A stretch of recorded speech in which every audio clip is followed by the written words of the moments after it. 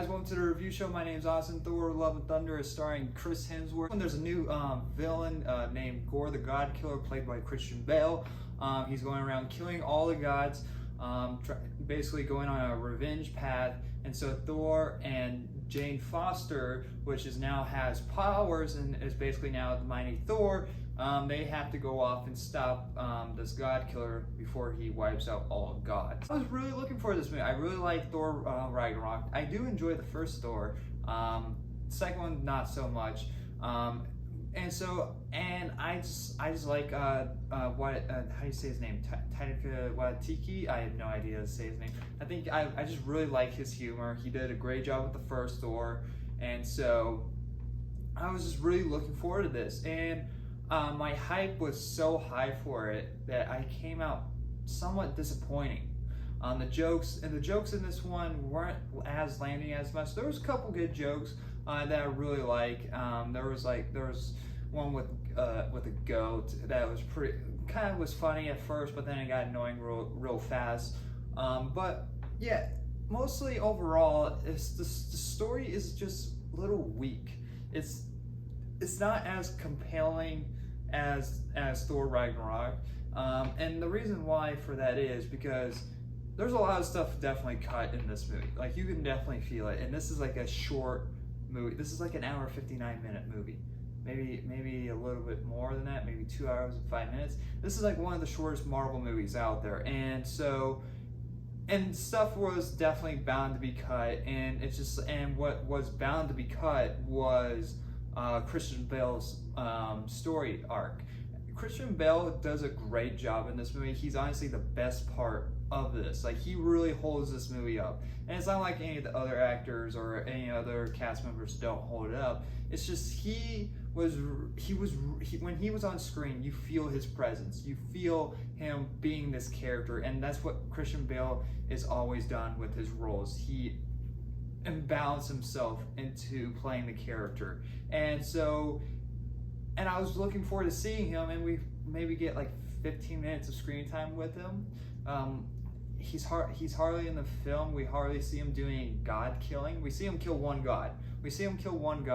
But every other god is like killed off screen, and it's like, oh, okay then. And next, when the full conclusion comes together, it's just like, go Thor, I guess, because like he has a reason, but we're not with him long enough to, care for that reason. It's like, yes, we get it, and it's like, if you don't care for it, you're like a terrible person or such.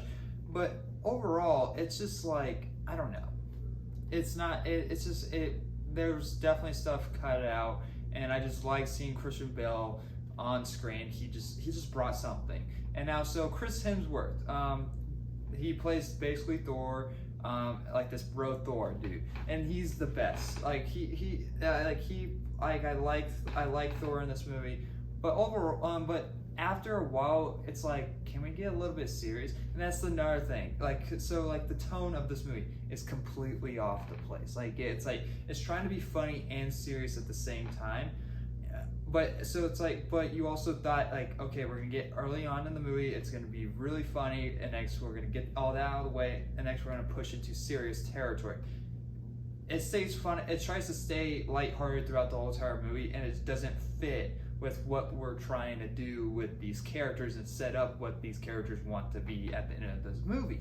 And especially when you have a character named Gorr the God Killer, going around killing gods that we don't really get to see. This is like something that's supposed to be serious, but no, it's played off for jokes. Like, every once in a while, when in those serious moments, a joke is funny, but it's like, I kind of wish that it's a little bit more serious, and it's kind of weird that the criticism from the first two, it's like, why is it so serious?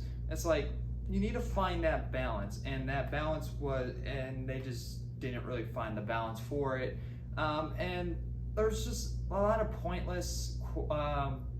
This movie just feels a little bit pointless. And the god stuff, there's hardly any gods in this movie. Like, we get one segment of where these gods come into play, and it's at this big arena place, and you see Zeus, a couple other gods that I don't know name by name, and they kind of make fun of each other, and it kind of comes insulting in some way of in a religious way.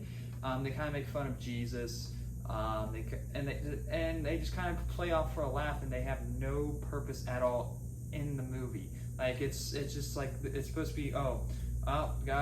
It just turns into a complete mess at that point. And it's, even though that there was a segment in there, it was like, okay, that's pretty cool, but it has no purpose. It literally makes no sense at all, because all the gods are played for jokes, and they are just not honestly that funny. Like, this part was like very boring. And so, but yeah, like overall this was just not as good as I want it to be. And I love Thor Ragnarok. I think it's one of like top 10 MCU movies. And so it's just really coming out of this, it's really sad, and it's just disappointing. I'm gonna give Thor Love and Thunder a C+. It's fine. It's not the greatest.